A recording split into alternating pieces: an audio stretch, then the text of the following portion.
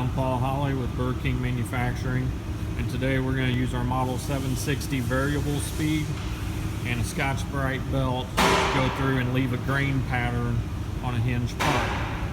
Variable speed is going to be one of the key components of this operation. Due to the fact that we are using a Scotch-Brite belt, we don't want the machine to run at full speed. Full speed of 760 is 8,000 surface feet per minute, and that's way too fast for Scotch-Brite. As you can see by looking at the controller in this video, we've got the controller set at about 40%.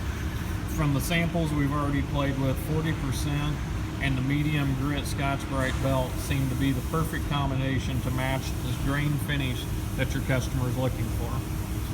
So I've got John Wilson here with me, and he's going to go through and do a demonstration on putting the grain pattern onto the part.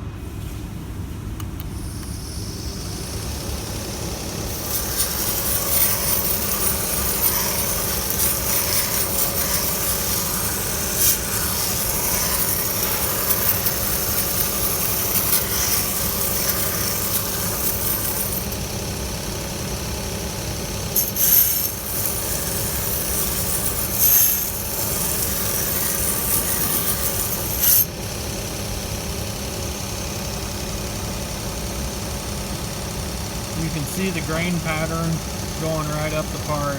Pretty consistent to the samples that was sent in. We'll go ahead and do a couple more parts, and then we're going to send these parts back to you for you to evaluate.